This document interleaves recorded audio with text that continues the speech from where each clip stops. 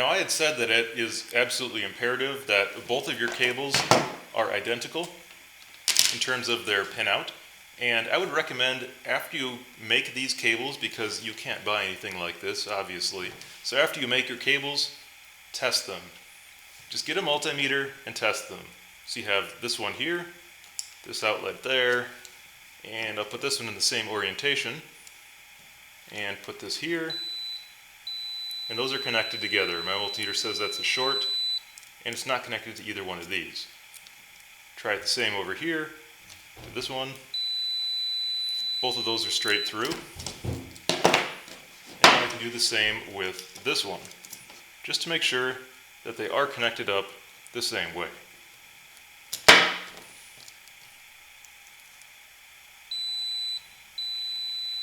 And they are.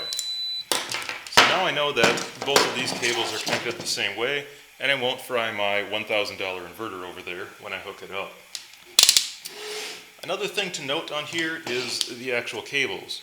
You should make your cables as short as is reasonably possible for your application, because there are pretty significant losses at high currents in cabling, so don't make them extra long. But also the gauge. These are both 14 gauge cables, and I would not recommend going any thinner than 14 gauge. 12 is better, but I didn't have 12 gauge cords to cut apart, so I got 14. You can get 16 gauge extension cords much cheaper, but I would not recommend using 16 gauge extension cords. They can't handle the amount of current that we're going to be putting through them here.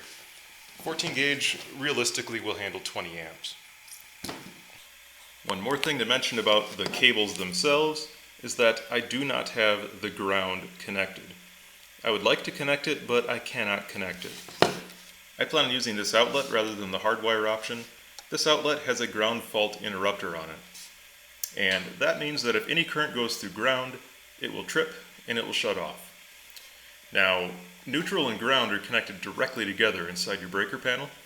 So if I connect these, a cord with both ground and neutral, half the current will go through ground, half will go through neutral. This doesn't like that. If it senses more than a few milliamps going through ground, it will trip, and I will not be able to power anything with it. Therefore, I don't have ground connected. And that's what I have to do in order to use this inverter. And most inverters anymore come with a ground fault interrupter on them for safety reasons. So you'll have to make sure that ground is not connected, or it won't work. Now I know a lot of you are just wanting to see this hooked up and running, and I'm sorry for all of this, but there are some important safety considerations, and one that many people don't consider is that your circuit is not protected from amperage if you backfeed in this method. Now let me draw a diagram to explain. Let's say over here you have your breaker panel, and it has all of its circuits on it. Now you took one circuit and chose that one to use to feed this whole breaker panel. So let's say there's an outlet over here, an outlet over here, an outlet here, an outlet here, an outlet here, and it terminates into your breaker panel. And all of these are strung up in series, right? And over here we have a 20 amp breaker. So if more than 20 amps goes through here, this will trip. Now there's all these other circuits out here, right? This one runs to your refrigerator, this one runs to your dishwasher, this one runs to some lights, whatever. And they're all going to get fed from this circuit. And if more than 20 amps goes through here, this will trip. So that's great, right? Everything's protected. No, it's not. Because what if your refrigerator is hooked up over here and you're backfeeding into this one? You can't have more than 20 amps here, but you have current going both ways. So you could potentially get a lot more than 20 amps coming through this outlet. If you have 20 amps being pulled here and 20 amps being pulled through here, you now have 40 amps going into this outlet. It's not protected. So how about another consideration? What if you have a large load connected here? Let's say you connect an electric heater or something onto this one. Well, now you have 15 amps being pulled here and 20 amps over here. That's 35 amps going from this node to this node through a circuit that's only rated for 20 amps. And that could be a pretty serious fire hazard. So you need to be very careful how you do this and what loads are connected where. Take a look at the wiring in your house, your breaker panel, and make sure you're doing it safely. This method in general, I would not recommend anybody to do, but I'm just showing you how I am going to do this, and there are a lot of different safety things to consider. We're getting ready to fire up my inverter house system back up here, and I am going to, for curiosity reasons, run both of the cords that I'm going to be plugging in through these kilowatt hour meters. This one is the standard P3 kilowatt that everybody should be pretty familiar with if you're familiar with kilowatt hour meters. This is the original. I've used this in a lot of my videos, worked great, don't have any complaints about it, but I wanted to try a different one. This is some Chinese and Supra brand. I haven't used it very much, but it seems reasonably well made. It's not cheap junk like you might expect, and the reason I wanted to try this is because it has a battery backup, so that it remembers the power even when you have it unplugged. And one thing to mention about these is that both of these are capable of measuring either forward or reverse. So I can feed backward through these, and it will still count the kilowatt hours just fine. So that is what I'm going to use. I have this pushed up against the wall in my garage. I can still park a car in here if I want to. It's out of the garage just for filming purposes. And this is one of my phases, so I'm going to plug my meter into here. Okay, it doesn't fit.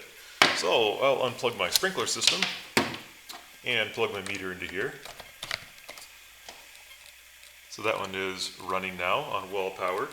And I'll take my Supra meter and plug it into this outlet. Now, I know that these two outlets are on opposite phases, so this should work just fine. And now it is time to hook up the inverter. And when you get to this point, there's a little bit of an issue, because which end do you plug in first? No matter which one you plug in first, the other end is going to be live. So there's no real safe way to do it. In addition, you want to ideally start up one phase at a time instead of both at the same time, so you don't overload your inverter. However, this inverter here has an extremely high surge capability. It's connected to a very large battery bank, and I'm not too worried about it. So I am just going to connect up both phases at the same time. Now, I've gone through my house and unpowered most unnecessary things, turned off the lights, whatnot, left my refrigerator plugged in, my TV, DVR running, all of that sort of thing. But the major loads I turned off, and now it is time to test out my backup system. I have a backup light here because it's 10 o'clock at night or so, and it's going to get very dark once I turn off the power. And I am now going to flip the main breaker to my house off, and everything should go dark. And everything just shut off. But I have my light here, so I can still see something. And let's go out to the garage and see if I can get this simulated power failure back up and running with my backup inverter. I have the mains breaker off, and let's plug in the cords. Over here I have one outlet. We'll plug that guy in. And the other end of this outlet I will plug into my inverter.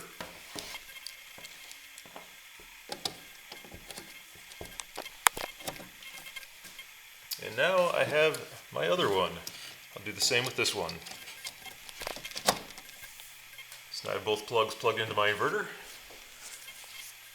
Probably can't see this in the dark, but I'm plugging this one into my Supra meter into the other circuit.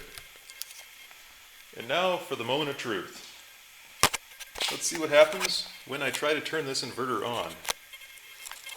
I've never done this before, so you're going to see it firsthand, and hopefully everything works well. I have the main breaker off, so we should be alright. Let's see how this handles it.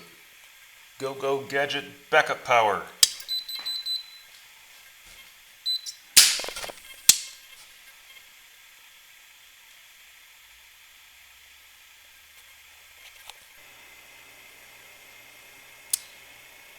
No worky. Now, usually when you're working with something electrical and turning it on for the first time, if there is a loud pop, a flash of light, and then you're left in the dark, something very bad just happened. Now, in this case, nothing bad happened really. I just forgot to consider one factor. My garage, per NEC electric code, is wired with ground fault interrupters. And I can't do it the way that I planned on doing it. So let me draw you a diagram to explain why that doesn't work, and I'll have to think of some workaround here to continue the project. But this may be a good opportunity to mention a couple other things that a lot of people might not consider if they plan on doing this backfeed method. There are a few other safety and functional issues that could get you. So let me draw those out as well. Now, as I mentioned, the reason that my previous attempt did not work is because I have ground fault circuit interrupters in the garage. And it is NEC code that you have to have these in certain locations. The garage is one of those locations. I think that started in 2008, if I remember correctly. In any case, what is a ground fault circuit interrupter? Well, obviously, it's a device that detects a ground fault and interrupts the circuit, right? Well, not exactly. It doesn't actually detect ground faults directly. It does it indirectly. So your outlet looks something like this, right? You have line, neutral, ground. And ground is just a wire that goes to some ground point. Line, or neutral, is also just a wire that connects up to this same ground point in your breaker panel somewhere. They're referenced to the same node in there.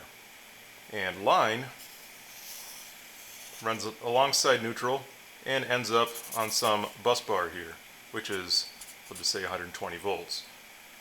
So what this device actually does is it compares the current between neutral and line. And if they are not equal and opposite, then that means that some of this current is leaking elsewhere. There's only 3 places for it to go, and that means that ground somewhere must be having a current. Now, that current doesn't necessarily flow through this ground. You could have a device connected here to these 2 prongs, and there's some sort of electrical fault causing this line to leak a little bit to ground. And then these currents would not be equal and opposite, and it would trip and open up your circuit. So that's how they actually work, and this is what they look like. This is a standard ground fault circuit interrupter. You can also get the type that install in your breaker panel, so you may have ordinary looking outlets and still have a ground fault protected circuit. That's pretty rare, but it does happen sometimes with a reset and a set button, test and a reset button. But yeah, you've probably all seen these, that's what they are. There's also arc fault protectors and such, but that's not part of this discussion because it's irrelevant to this discussion. And I do want to note also that normally you just have one of these devices for an entire branch circuit. So if your garage has 6 outlets and it's all in one circuit, then one outlet maybe look like this and the rest of them will all look normal. But all of those normal looking outlets are usually wired up after this one. This can protect the whole circuit after it. So this will be the first outlet in the chain, and then everything else chains off of this and is protected by this one device. So you cannot do this backfeed method with a ground fault protected outlet. And why is that? It may not be obvious at first, but after thinking about it just a little bit, you realize why. Now, first of all, you can backfeed into one of these as long as you only want to power one phase. If you want to power that second phase and get your whole house powered, then you can't do this. And the reasoning is pretty simple. I'll just take this same diagram, draw my line, neutral, ground this way, so that we have line here, line 2 here, neutral, neutral, ground, ground, and you have your 3 bus bars here. 120 volts, 120 volts at 180 degrees, and ground. Now, ground and neutral just tie here. I'm going to ignore ground, it's not important for this case. But we'll take neutral, tie it to here, neutral, tie it to here, and line to here, line to here. So what you have now is you have a breaker on this line, a breaker on this line, nothing on these two. So you plug your inverter in. This one goes directly to one outlet of your inverter. These two go directly to the other outlet of your inverter, neutral, line, and I'd cut the ground on my inverter because it has one of these and it would trip. It's the exact same reason why these trip, and that was that snap that you heard in the video. The flash of light is because I had a light on in the garage and it was powered very briefly before these tripped. So what you have now is you have your line going to both of these circuits, no problem there, but you also have neutral going to both of these circuits. Now each of these are comparing your neutral current and line current.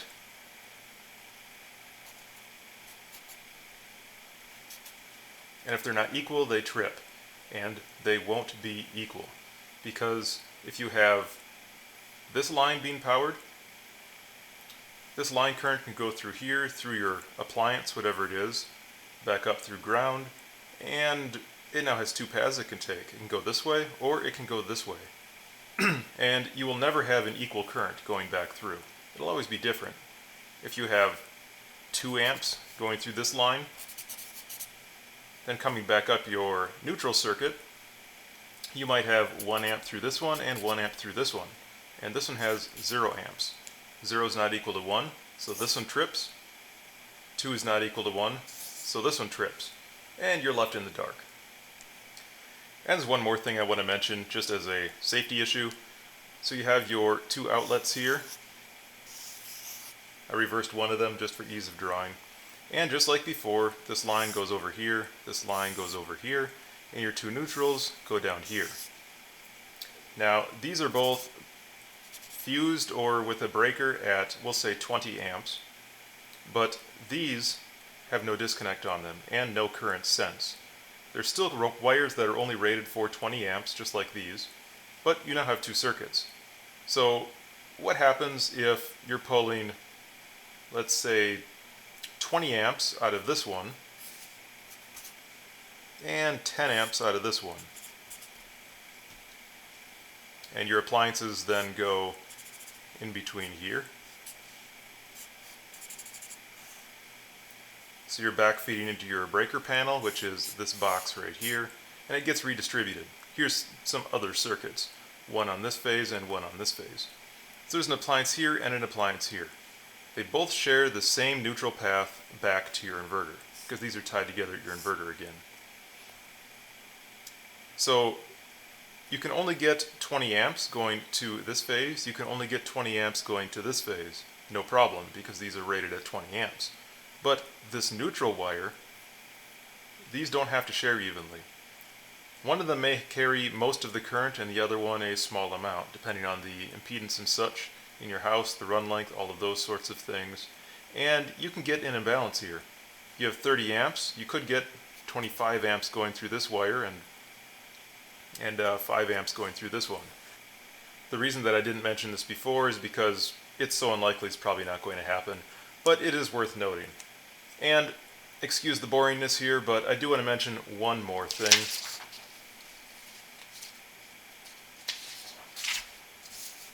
Let's consider one more thing here. Let's say you don't want all this complication, so you just pick one circuit that you're going to backfeed into. You have a refrigerator. So you say, well, I'm just going to hook it up to my refrigerator circuit. That's good enough. Some of my things won't run, but at least my food will stay refrigerated. And that's just fine. There's no problem with that, but you should keep in mind one thing. Your breaker panel, I'm just going to use this same depiction here because I'm a great artist and it's easy to draw. You have your ground and 2 lines. You have some loads from here to here and some loads from here to here. Those are all 120 volt loads on the 2 phases. But you also have things like your air conditioner, your water heater, your stove, all of those sorts of things, and they go between these 2. So you have a pretty low impedance resistor in between these 2. So if you backfeed just one of these phases into this one, and you send it 120 volts from ground to that line, this is not left unpowered. This will be powered because you have 120 volts here and you have these 2 connected together. And you have other branch circuits connected here. So what happens is that you end up with current going through here, through your 240 volt appliance, through your 120 volt phase, and then back to the inverter. And you complete a circuit. But these are in series. So the voltage is not 120 volts here, and it's not 240 volts here. It might be 60 volts here and 60 volts here, and you end up with a brownout condition. To avoid this situation, even if you're using both circuits, because a breaker could pop and you're left with this condition again, to avoid this situation, I would recommend disconnecting all 240 volt appliances. And you can do that by just turning off all the breakers. Otherwise, you could end up with a brownout condition. So I just thought I would mention that because it can happen. So it didn't work. What's the next step? Well, there's actually quite a few different options that I can take. One is I could give up and just use extension cords and power strips, and that certainly is an acceptable option, but it's not the one that I'm going to take. Another option would be to change out the ground fault circuit interrupters with an ordinary outlet. That would work. It does violate code, technically, but it would work for this application. Another option would simply be to backfeed into circuits of your house that are not ground fault interrupted. And there are usually bedrooms, living rooms, hallways, a lot of circuits like that aren't protected for ground faults. They're usually protected for arc faults instead. And that will be one way of working around it. You could backfeed into, say, a dryer circuit. Those are not ground fault interrupted. They can't be because of their design. A 240 volt circuit, there you can just hook it right up and it would work great. But a lot of people don't want to run a cord all the way to their dryer or other outlet. I happen to have a 50 amp circuit in my garage for a 10,000 watt electric heater. I could use that, but I'd rather not. Another option is to simply power one phase and leave the other phase unpowered. But if, say, your refrigerator and your lights are on separate circuits, that could be kind of annoying and inconvenient. So I'm not going to take that approach either. One way you can get around it is by feeding into just one circuit and then finding any 240 volt circuit in your house and shorting the two lines together. That would work fine, but I just don't like that idea because it seems like something I would forget about when I turn the power back on. And I don't want to forget about something like that. It wouldn't do anything bad, it'd just pop a breaker, but I don't really like that approach. In addition, you're stuck with just 20 amps, and that's not really enough for my liking. I want some more than that. So what I'm going to do is switch out one outlet in my garage for a regular one. This is the one from my garage. I just pulled it out and stuck in a standard 20 amp outlet. The 20 amp ones have a little notch on one of these. The 15 amp outlets just have the two straight terminals. Anyway, I switched that out with a 20 amp outlet instead of this ground fault interrupted one.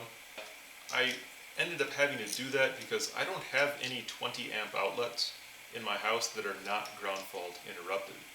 That's just the way that they wired up the house. I don't especially like it that way, but that's the way it is. And almost everything in my house happens to be on that one circuit. My refrigerator, my microwave, my living room appliances, just about everything of heavy use is on that one, and the lights happen to be on the other one.